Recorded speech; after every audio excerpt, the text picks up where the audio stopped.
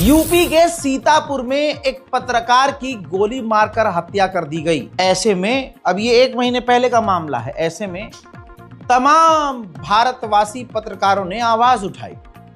लगा कि गवर्नमेंट का इसके अंदर रोल है, लगा कि भाजपाई ने ये काम किया है। एक पत्रकार को कौन ही मारेगा और पत्रकार की दुश्मनी किससे होगी। 30 दिन तक यह मामला उलझा रहा। यूपी पुलिस यानी सीतापुर पुलिस से कोई उम्मीद तक नहीं कर रहा था कि ये कोई जेन्युइन इन्वेस्टिगेशन करके कातिल का नाम भी बताएगी, क्योंकि दिमाग पूरे भारतवासियों का अलग ट्रैक पर था कि भाई ये तो गवर्नमेंट के किसी व्यक्ति ने किया होगा, ये तो कोई नेता होगा जिसने पत्रकार को मरवाया है, या पत्रकार का कोई ऐसा काम होगा, सच बोल दिया होगा, खुलासा किया होगा, तो किसी गुंडे मवाली किसी नेता ने कत्ल कर दिया होगा। लेकिन यूपी पुलिस ने पता नहीं कैसे गहरी इन्वेस्टिगेशन कर डाली और उसके बाद जो खुलासा हुआ वो दिमाग को घुमा देने वाला है। इस मामले में असली रोल एक पुजारी का सामने आया है।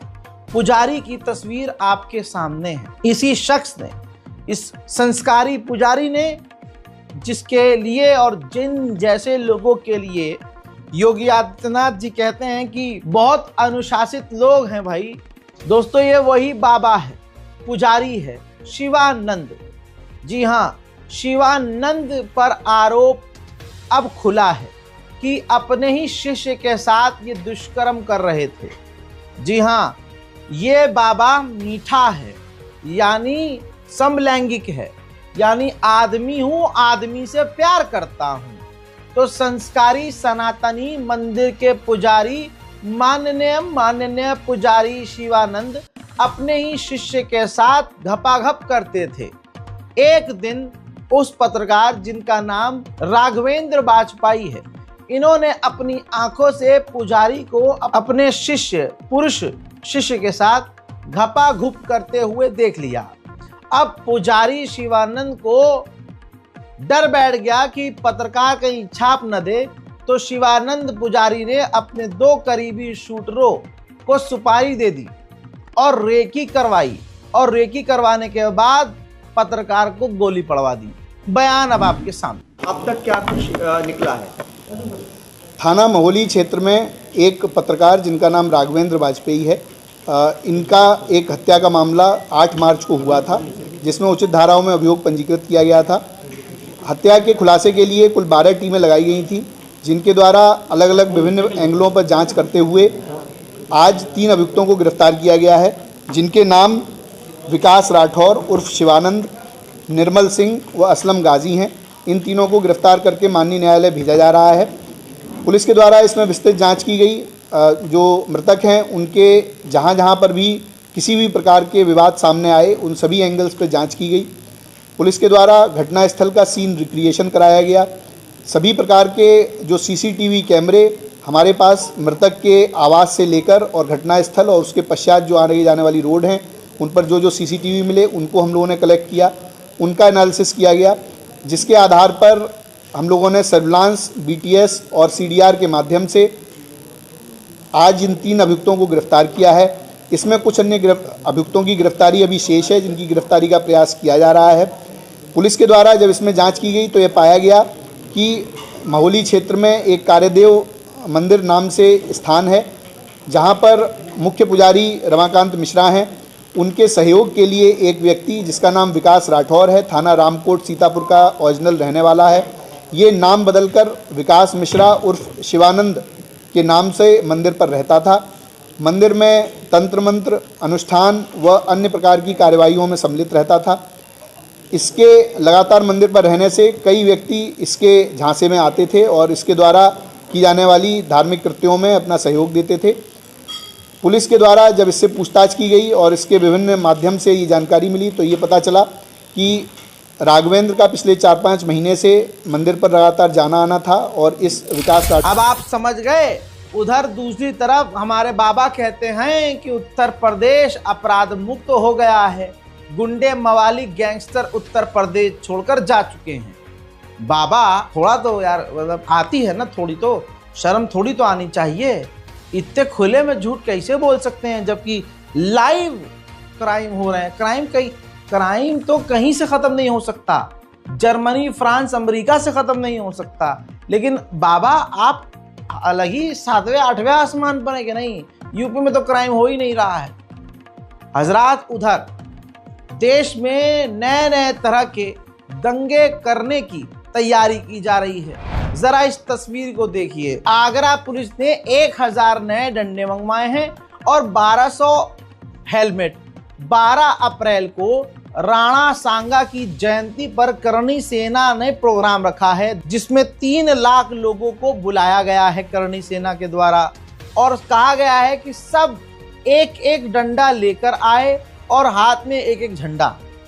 अब यूपी पुलिस पूरी तरह से, आगरा पुलिस पूरी तरह से तैयार है, लेकिन सवाल यह है कि 3 लाख करणी सेना ने गुंडे बुलाए हैं जो कि एक हाथ में डंडा और एक हाथ में झंडा लेंगे। तो 3 लाख लोगों पर 1000 डंडे शायद नजर में नहीं आएंगे, लेकिन खैर यूपी पुलिस का अपना ही कोई प्लान होगा। लेकिन 12 तारीख को पूरे भारत को रेड अलर्ट पर होना जरूरी है, क्योंकि आगरा में पिछली कई बार से कोशिश की जा रही है कि दंगा हो, लेकिन वो तो धन्य हो आगरा पुलिस का जो बेचारी जीने मरने पर अपने ऊपर लेकर दंगा होने से रोकती है। अब पहली बार ऐसा हो रहा है कि 3 लाख लोगों को हथियार लेकर बुलाया गया है। ऐसे में 1000 डंडों से दंगाइयों से कैसे निपटेगी पुलिस, ये तो वक्त बताएगा। जिसके गले में भाजपा का पट्टा होता है, जिसके संबंध हिंदू संगठन और भाजपा बीजेपी से होता है, वो आतंकी, गुंडा, मवाली, देश का गद्दार क्यों होता है, ये समझ से परे है। मेरठ में कल एक बड़ा कांड हुआ। बीजेपी के पार्षद ने तानाशाही के जोर पर आकर सरकार और सत्ता के नशे में चूर बंदूक निकालकर निगर डिपो में एक सफाई कर्मी को गोली मार दी। मेरठ के बीजेपी पार्षद की ये गुंडाई देखिए। सफाई कर्मियों पर गोली चलाई, सफाई कर्मी बुरी तरह से घायल हुए। फिर उसके बाद निगम के सभी हड़ताल पर लोग गए। सफाई कर्मियों ने बाद में पार्षद रविंदर को पकड़कर फोड़ डाला, पिटाई की। पूर्व बीजेपी नेत्री के साथ घटना में भी ये बीजेपी का पार्षद विवादों में रहा है, और आज इसकी हिम्मत इतनी कि इसने सफाई कर्मचारियों पर गोलियां चलाई, लेकिन इसका इलाज बाद में बेहतरीन तरीके से किया गया। तो ये दोस्तों बीजेपी का चरित्र है। वहीं हमारी न्यूज़ का असर और आपके लगातार बोलने का और उन लोगों के बोलने का असर हुआ जो ट्विटर पर लगातार लिखते हैं और लिखने की हिम्मत रखते हैं। टी राजा का वो बयान जो मैंने आपको 6 तारीख का रामनवमी का सुनाया था, जिसमें लिमिटेड वॉइस से ज़्यादा, यानी निर्धारित आवाज़ से ज़्यादा ऊंची आवाज़ में डीजे बजाया गया, शोभा यात्रा के नियम को तोड़ा गया और साथ ही भड़काऊ भाषण दिया गया। इन तमाम चीज़ों के ऊपर आरोप ये भी है कि सरकारी आदेश इसने तोड़े और पुलिस कर्मियों को धमकाया, वो भी वीडियो मौजूद है।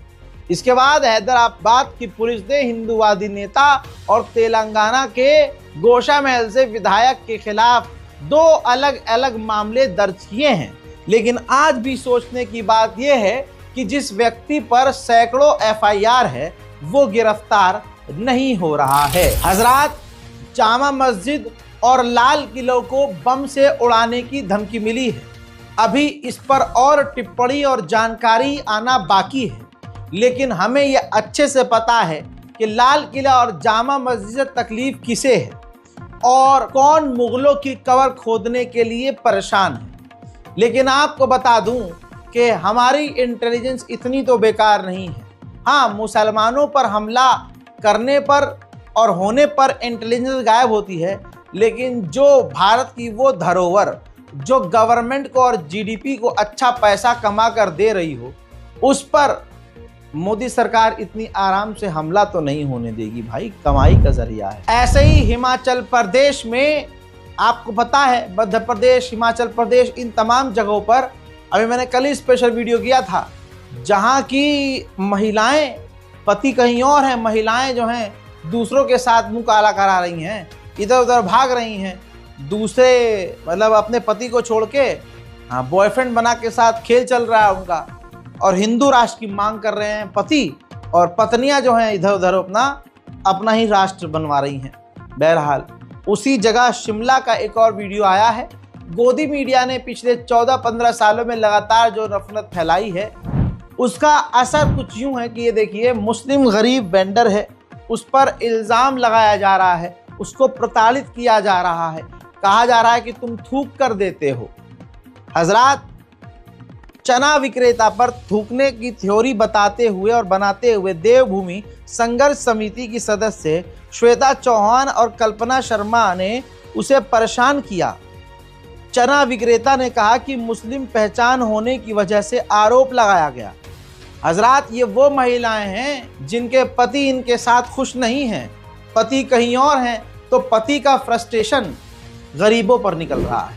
जिस भी मंदिर में चलना है तू ले चल, इसने थूका है, हम तेरे को भी बोल, और इसने ऐसे थूका है, ऐसे थूका इसने बेटा, हम पागल थोड़ी है यार, हम अच्छे घरों से हैं, हमारे पास एक ही काम नहीं है, सुन, हमारे पास एक ही काम नहीं है तुम्हारे को देखने का, हम सब इसने देखो, और तू सरकार है, मैं मुस्लिम हूँ, मुस्लिम है तो क्या तू डॉन है, मैं भी हिंदू, क्या हो गया इस बात से?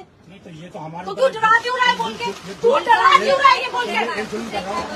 नहीं, इसलिए कर रहे हैं कि तू मुस्लिम है। जुल्म कर रही है। नहीं, हम इसलिए कर रहे हैं कि हम अपने खाने पीने एक मिनट, मेरी हमारी रोजी है, मेरी बात तो सुन ले। ये हमारी रोजी है। पता है तेरी रोजी, छोड़ मेरी बात, मेरी बात सुन। तू कितनी साल से यहाँ काम कर रहा है? हमारे यहाँ 25 साल यहाँ है। नहीं, हम पागल है। मैं राम बाजार में बैठता हूँ। भैया मैं पागल दिख रही हूँ।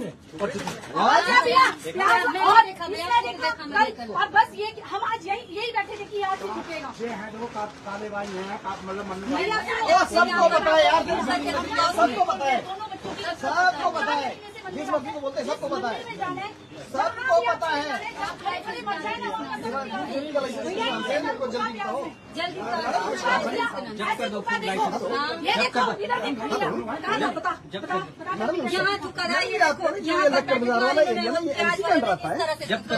मैं कसम खा रहा हूँ अपनी, मशीन में चलो। हजरात, ये दो वीडियो है, ये एक अलर्ट के तरह हम आपको वीडियो दिखा रहे हैं। अब हिंदुओं के जो प्रोग्राम होते हैं उसमें किसी देवी देवता, किसी पूजने की तस्वीर नज़र नहीं आती, किसी भगवान की मूर्ति तस्वीर नज़र नहीं आती। अब हथियारों के साथ आतंकवादी सड़कों पर निकलते हैं। इन हथियारों को कौन स्पॉन्सर कर रहा है, इनको हथियार कौन ला कर दे रहा है, कौन इन रैलियों को स्पॉन्सर कर रहा है, नहीं पता। लेकिन ये सीधा सीधा देश के लिए एक बड़ा खतरा है, नेशनल सिक्योरिटी के लिए खतरा है। लेकिन क्योंकि अगर ये बात अमित शाह बोल देंगे तो उनकी कुर्सी को खतरा हो जाएगा, क्योंकि इन्हीं को भड़काकर इन्हीं के जरिए वो वोट हासिल करते हैं। ये तस्वीर सिर्फ इसलिए दिखा रहा हूँ कि मुसलमान जो झंडूबाम हुआ पड़ा है वो थोड़ा अलर्ट हो जाए, थोड़ा समझदार हो जाए कि इनके पास इस तरह के हथियार हैं और भीड़ इतनी उग्र है और तुम्हारे कत्ल की भूखी है। तो कैसे इनसे बचना है, अपनी स्ट्रैटेजी पहले तैयार करके रखना। कमाल यह है कि ये वीडियो सोशल मीडिया पर ओपनली मौजूद है, लेकिन देश की इंटेलिजेंस, देश की पुलिस, प्रशासन, कानून व्यवस्था इस पर मौन है। वहीं हजरात, दिल्ली के सुनहरे दिन वापस आ गए। 27 साल बाद जब बीजेपी वापस राजधानी में आई है तो चारों तरफ सुकूनी सुकून की शुरुआत हो चुकी है। मजे ही मजे हैं, भौकाल ही भौकाल है। हजरात, जिस दिल्ली में अब तक पानी की कमी इतनी तो नहीं हो रही थी, अब वहां पर पानी के टैंकर आ रहे हैं, क्योंकि टंकी का पानी, मोटर का पानी अब नाले का और नाले के बदबू वाला आ रहा है, जिसकी वजह से दिल्ली के मेहनती लोग फ्री वाली चीज़ों को ठुकरा कर मेहनत से लाइन में लगकर पानी भर रहे हैं। दिल्ली जल बोर्ड की गाड़ी लगी हुई है चंदेला क्षेत्र में, जलजम जा रहा है, यहाँ पे पानी नहीं आ रहा है। बहुत समय से देखे, लोगों से जानते हैं। और भाई साहब, कितने दिन से पानी नहीं आ रहा है यहाँ पे? कितने दिन से पानी नहीं आ रहा? ये हो गया, एक हफ्ता ज़्यादा हो गया। एक हफ्ते से ऊपर हो गया क्या? नाले का पानी। चलिए, दिल्ली जल बोर्ड की गाड़ी लगी है यहाँ पे। दिल्ली के वो लोग जो अपनी तमाम चीजें लगभग ईएमआई पर ही ले रहे थे, उनकी जिंदगी ससुरी ईएमआई थी। भाजपा के सपोर्ट में कह रहे थे हमें नहीं चाहिए फ्री का कुछ भी। क्या है केजरीवाल, ये है केजरीवाल, दफान हो केजरीवाल। अब मोदी सरकार ने बहुत सीरियस ले लिया कि अच्छा फ्री का कुछ नहीं चाहिए, अब कूड़ा भी उठेगा तो पैसे लेंगे। रिपोर्ट देखो आपके घर का कूड़ा जो केजरीवाल सरकार फ्री में उठवाती थी, आवाज देकर, दरवाजा पिटवाकर, माइक में आवाज देकर, अब दिल्ली में फ्री घर का कूड़ा नहीं उठेगा। उसके लिए अब ठोस कदम उठाया जा रहा है और 50 रुपये से 200 रुपया महीना मोदी सरकार को, यानी दिल्ली की नई सरकार को देना पड़ेगा।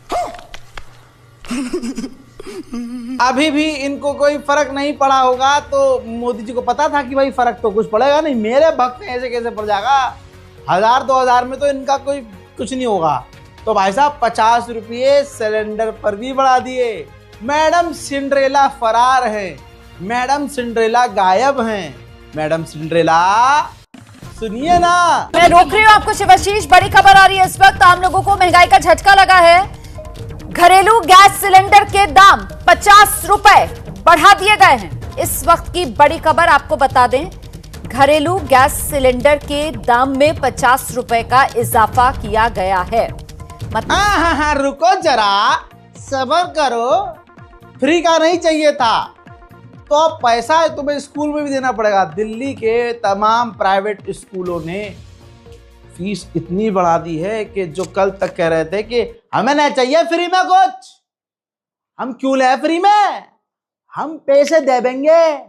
अब बेचारे इतनी हवा निकल गई है उन दिल्ली वासियों की कि सड़क पर रो रहे हैं, स्कूल के बाहर प्रदर्शन कर रहे हैं, कोर्ट में जा रहे हैं, कचहरी में जा रहे हैं। फीस बढ़ा दी, हमारे बच्चों को टॉर्चर कर रहे हैं। अरे अबे देश के गद्दार हो तुम। ये जो फीस दोगे तुम बड़ी हुई, ये कहाँ जाएगी? गवर्नमेंट के पास जाएगी। गवर्नमेंट किसका विकास करेगी उस पैसे से? अपना नहीं, मतलब हमारा और हाँ हमारे देश का। तुम गद्दार हो। देखिए, शिक्षा निदेशालय है दिल्ली सरकार का, वहां पहुंचे हैं अपना विरोध प्रदर्शन दर्ज करवाने, क्योंकि सीधे तौर पर इनकी ये मांग है कि तमाम जो प्राइवेट स्कूल हैं वो मनमानी तरीके से लगातार फीस बढ़ा रहे हैं और ये इस साल भी तमाम स्कूलों के द्वारा फीस बढ़ाया गया है। सर, हमारे बच्चों को जो है लाइब्रेरी में बिठाया जा रहा है, उनको हरास किया जा रहा है। पानी वाला जो उनकी कैंपर होता है उसकी साइड पे बिठाया उसे, और 10 मिनट रह गए, जल्दी खत्म करो बच्चा 10 मिनट में। ये सब इसलिए क्योंकि फीस नहीं दिया आप लोगों ने या इस साल बढ़ा? डीओई की अप्रूव्ड फी हम दे रहे हैं, उनके द्वारा जो वो हाइक्ड फी मांगी जा रही है हम नहीं दे रहे हैं, तो वो हमारे बच्चों को हरास कर रहे हैं। वॉशरूम जा रहे हैं तो साथ में किसी को भेज रहे हैं। उनको क्लासेस अटेंड नहीं करने दी जा रही हैं। 12th क्लास में बच्चा है, बोर्ड के एग्जाम्स है, इस बारी धमकियां दे रहा है खुलेआम पेरेंट्स को कि आपके बच्चे का नाम काट दिया जाएगा आप अगर हमारी मनमानी मांगी हुई फीस नहीं देंगे तो। कहीं ना कहीं कोई अपना काम नहीं कर रहा है और हम एक स्कूल और एक डीओई के बीच पे हम पेरेंट्स बुरी तरह फंस चुके हैं।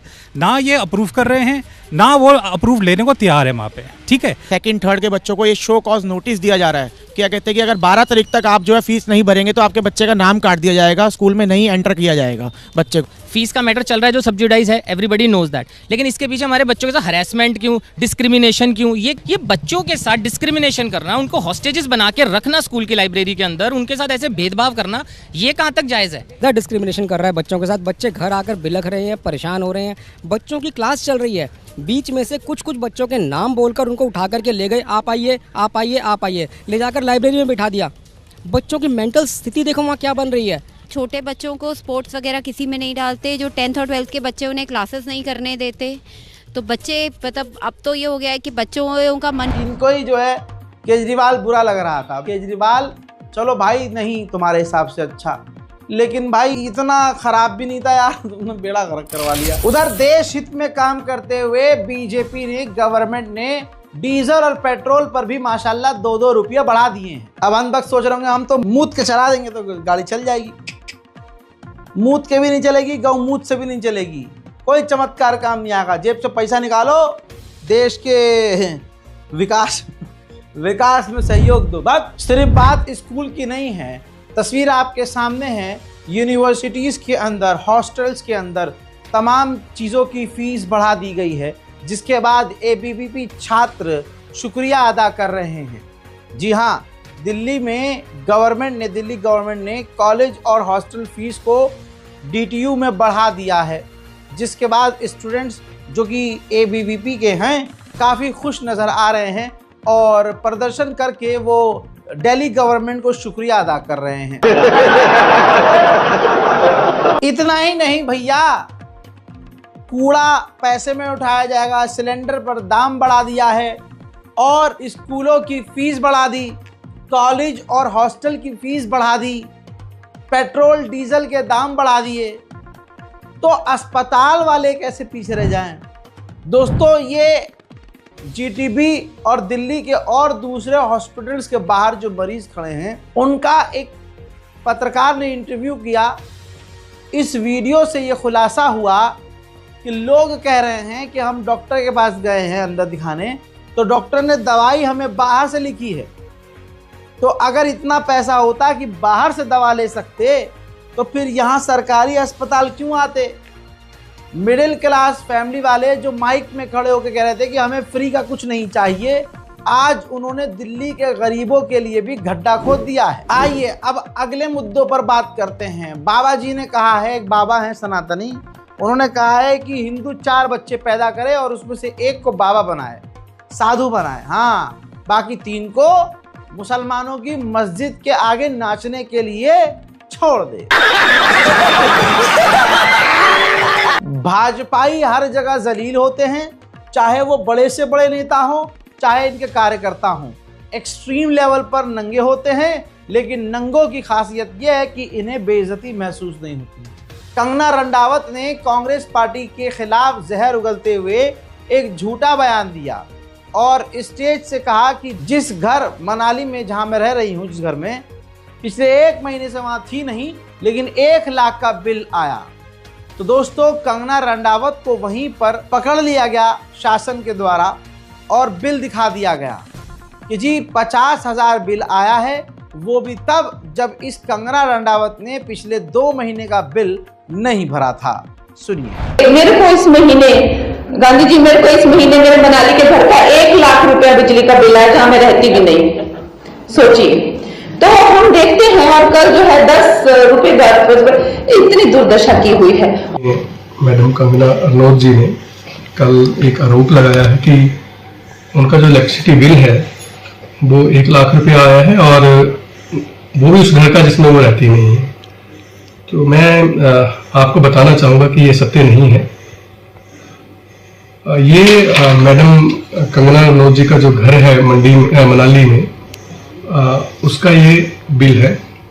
इस बिल से ये स्पष्ट है, पहली तो बात है कि देखिए उनका 94.82 किलोवाट के आसपास का लोड सैंक्शन है, वो भी HT लाइन के ऊपर, जो कि बहुत अत्यधिक होता है।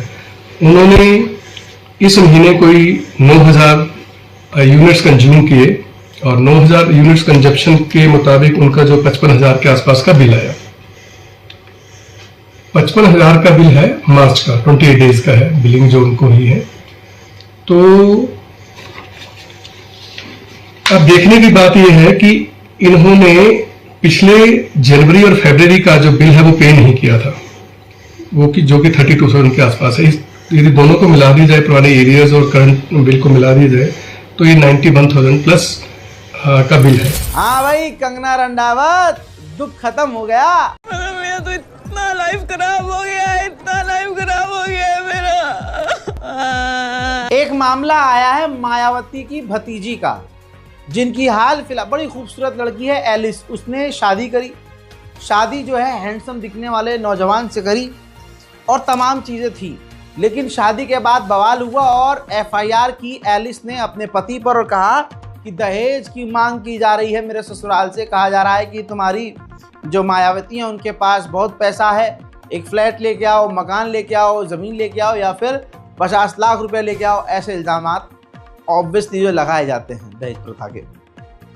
लेकिन एक अलग चीज़ का उन्होंने खुलासा किया। उन्होंने कहा कि जो मेरे पति हैं वो हीरा हैं, मतलब नामर्द हैं, मतलब वो शादी से पहले बॉडी फुलाने के लिए, बॉडी बनाने के लिए, है ना, वो इंजेक्शन, स्टेरॉइड के इंजेक्शन लिया करते थे, समझ आए? हाँ, तो वो इंजेक्शन से वो नपुंसक हो गए, उनकी बंदूक काम नहीं करती। अब सीन ये है, इसी वजह से पत्नी और पति के बीच में बवाल हो रहा है। एफआईआर में खुलासा ये किया है कि बेटा नपुंसक है, इसका पता ससुराल वालों को था, लेकिन फिर भी शादी कर दी गई। अब मामला बिगड़ गया है। अब आप कहेंगे रजा भाई ये वाली खबर आपने क्यों कवर की? देखो, एक बड़ा खतरनाक मामला है। आजकल लौंडियों को इम्प्रेस करने के लिए, अपना रौला जमाने के लिए लड़के जिम जाते हैं। जिम भाई, अगर किसी की बॉडी जेन्युइनली तरीके से बनती है ना, तो वो जिम में बॉडी बनती है। कोई 4 साल से जिम कर रहा है, कोई 6 साल से जिम कर रहा है, कोई 10 साल से जिम कर रहा है, तब जाके भाई साहब उनकी बड़ी में बॉडी। अब 6 महीने में बॉडी तो बनती नहीं है, तो क्या करते हैं लोग? पाउडर ले, दवाई ले, कैप्सूल ले, स्टेरॉइड के इंजेक्शन ले। ऐसे में अभी 4 दिन पहले ही मेरे एक बहुत करीबी जानने वाले की डेथ हुई है। बाउंसर थे वो, सलाम दुआ अच्छी हो गई थी। नौजवान शख्स, नाम जगीरा, भाई अच्छी खासी बॉडी, ठीक है, मैं फोटो तो नहीं लगाना चाहता, अच्छी खासी, बिल्कुल हीरो दिखने वाला, अच्छी खासी हाइट, बिल्कुल लंबे बाल, जगीरा यार, नाम जगीरा, काम भी जगीरा और पर्सनैलिटी भी उसकी बंदे की ऐसी। स्टेरॉइड के इंजेक्शन ले लिए, वो स्टेरॉइड गलत था स्टेरॉइड, और उसने जो पेट में इंजेक्शन लिया, इन्फेक्शन हो गया, लिवर ख़राब हो गया, बेचारा ख़त्म हो गया। 1 महीने तक अस्पताल में पड़े हुए थे, मारे गए। ऐसे ही इस मामले में कहा जा रहा है कि भाई वो इंजेक्शन लेता था बॉडी फुलाने के लिए और वो नपुंसक हो गए। नौजवानों से यही कहूँगा भाई, महिलाओं की एक्सपेक्टेशन समझ रहे हो आप? रणवीर सिंह और रणवीर कपूर को देख देख के आसमान पर है। भले ही वो असल ज़िंदगी में ढीले ही हों, लेकिन फिल्म में वो अपने आप को ऐसा, लड़कियां पगलाई हुई पड़ी हैं कि भाई हमारे अंदर तो भाई पता नहीं कहाँ का, आगे बोलना नहीं चाहता, परिवार के साथ आप देख रहे हैं, लेकिन उनको देख देख कर उनकी उम्मीद लड़कों से बहुत ज़्यादा है। ऐसे में लड़के बेचारे लौंडियों को इम्प्रेस करने के लिए, मोहल्ले में फ्लेक्स करने के लिए, इंस्टाग्राम पर हीरो बनने के लिए दे इंजेक्शन और ये ले और ये। अब बॉडी तो यूं होती रहती है, लेकिन बहुत सारी चीज़ें ख़राब हो जाती हैं।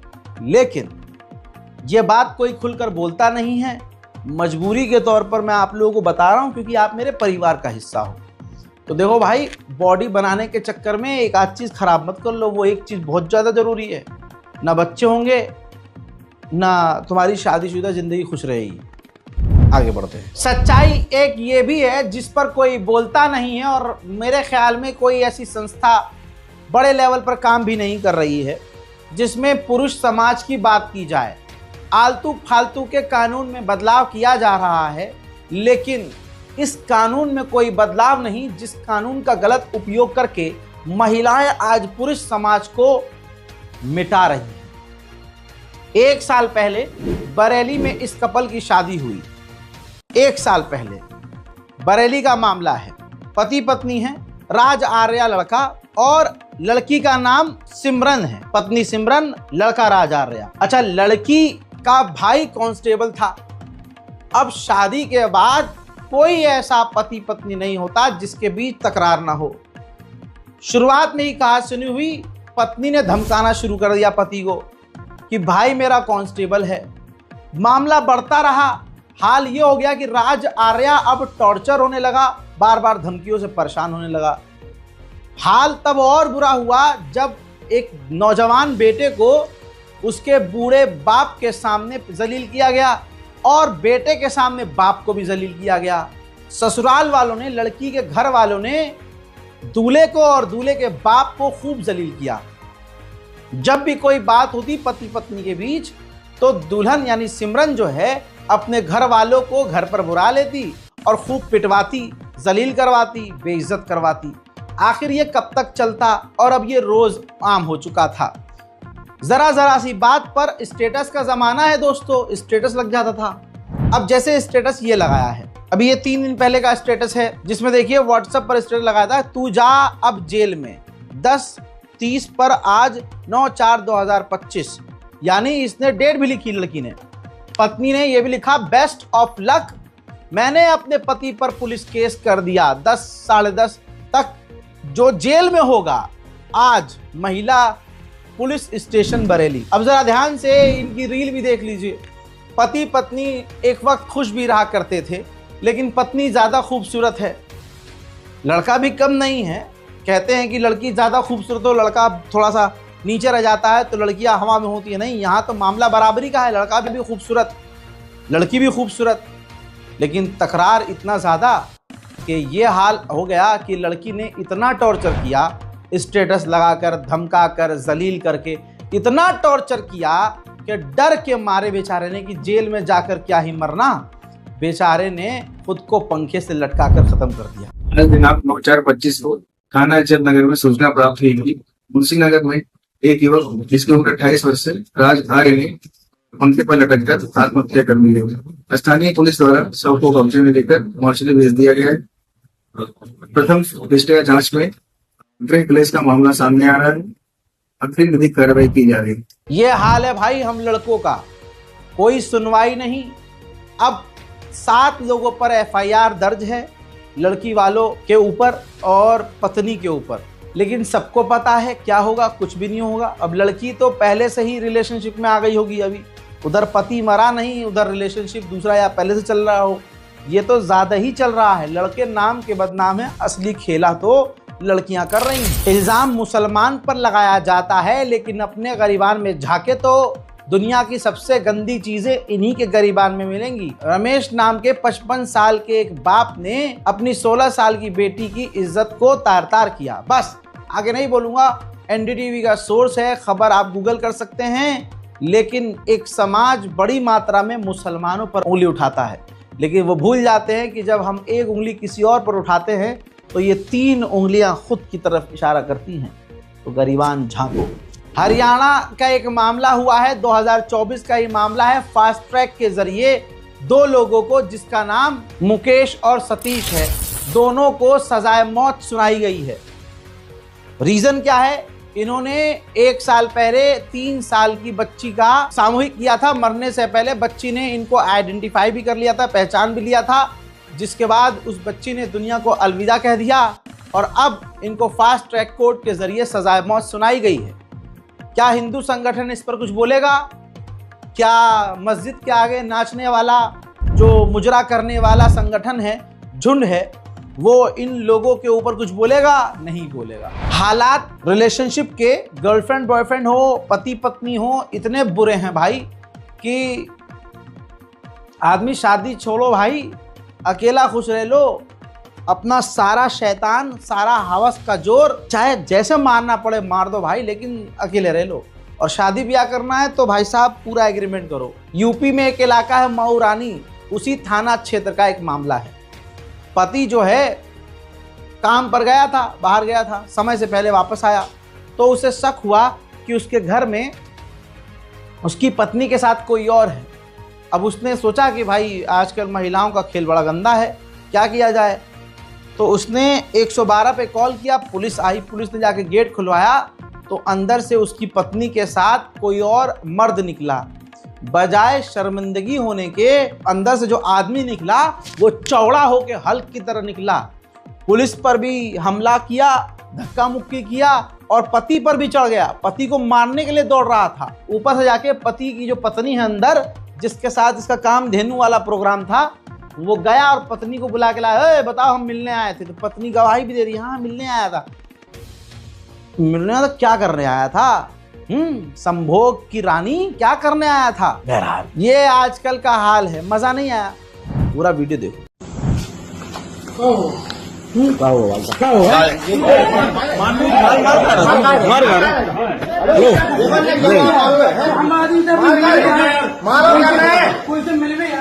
नहीं, कोई के घर में मिली हुई आए तो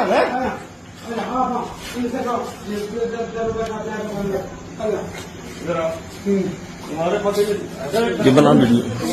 शिकायत करी है। हमारे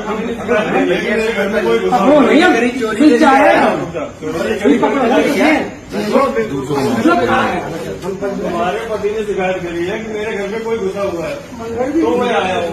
ठीक है, कोई गलत कर दिया मैंने, कोई गलत किया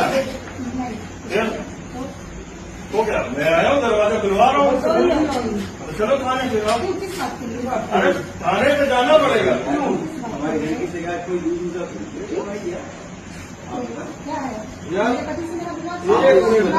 अरे आप बिल्कुल नहीं बताएंगे, बिल्कुल नहीं बताएंगे।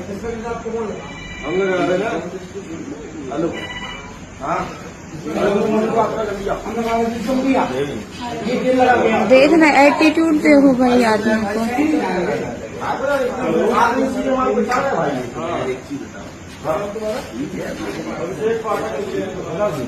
मुझे मतलब मैं तो हाथ छोड़े हूँ, मेरी पहले लड़ाई हो गई थी, मैंने पहले का जॉब कर लिया।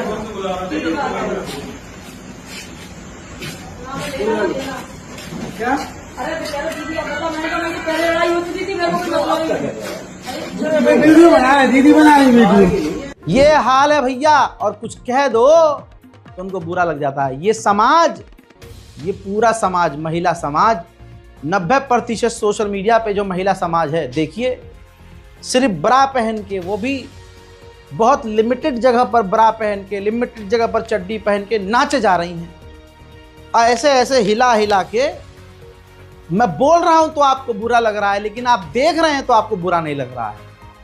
सोशल मीडिया पर ये पॉर्न स्टार से भी ज्यादा नंग हो चुकी हैं। वो तो मजबूरी में फुल न्यूड और फुल न्यूडिटी को इंस्टाग्राम और यूट्यूब बैन कर देते हैं, वरना भाई कहाँ की पॉर्न स्टार, काहे की पॉर्न स्टार।